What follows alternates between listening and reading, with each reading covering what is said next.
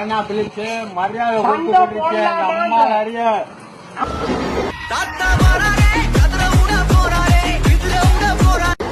அந்த பையனுக்கு பயம் இல்லை.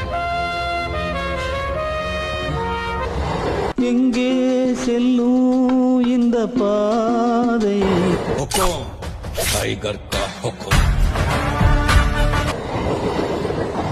எனக்கு பிடிச்ச ஒரே விஷயம் என்ன தெரியுமா, அவனுக்கு கடக்கவே மாட்டான் வச்சு. பள்ளிக்கூடத்துல பாடம் படிச்சதில்ல நாங்க நட்பு காலையில எழுந்திருத்து குளித்து முட்டித்து விட்டு. நண்பா, உனக்கு ஞாபகம் இருக்கா நாம 2 பேரும்